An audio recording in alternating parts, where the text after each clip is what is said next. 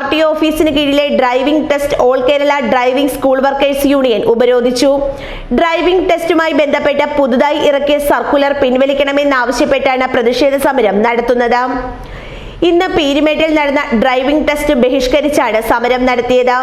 All Kerala driving school workers union CITUവിന്റെ നേതൃത്വത്തിലാണ് സമരം നടത്തിയത്.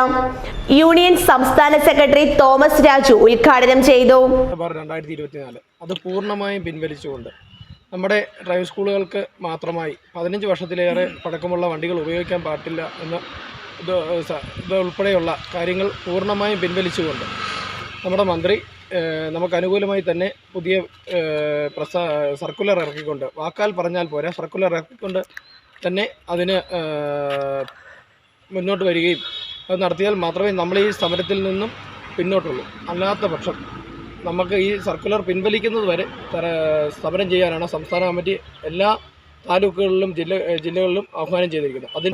പ്രതിഷേധ ധർണയ്ക്ക് മുന്നോടിയായി പീരുമേട് ടൗണിൽ നിന്നും വാഹനങ്ങളുടെ അകമ്പടിയോടെ പ്രതിഷേധ റാലിയായിട്ടാണ് ടെസ്റ്റിംഗ് ഗ്രൗണ്ടിൽ എത്തിയത്. ഡ്രൈവിംഗ് ടെസ്റ്റ് പരിഷ്കരണവുമായി ബന്ധപ്പെട്ട് ഇറക്കിയ 4/2024 സർക്കുലർ പൂർണ്ണമായും പിൻവലിക്കണമെന്ന ആവശ്യമാണ് ഉയർത്തുന്നത്.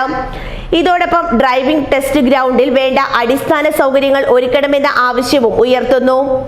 സമരത്തിൽ union Peermade unit secretary Sujith, president Lalichan, Sumesh, Sibi, Shibu, Shaji, Sabu, Ayyappan തുടങ്ങിയവർ പങ്കെടുത്തു.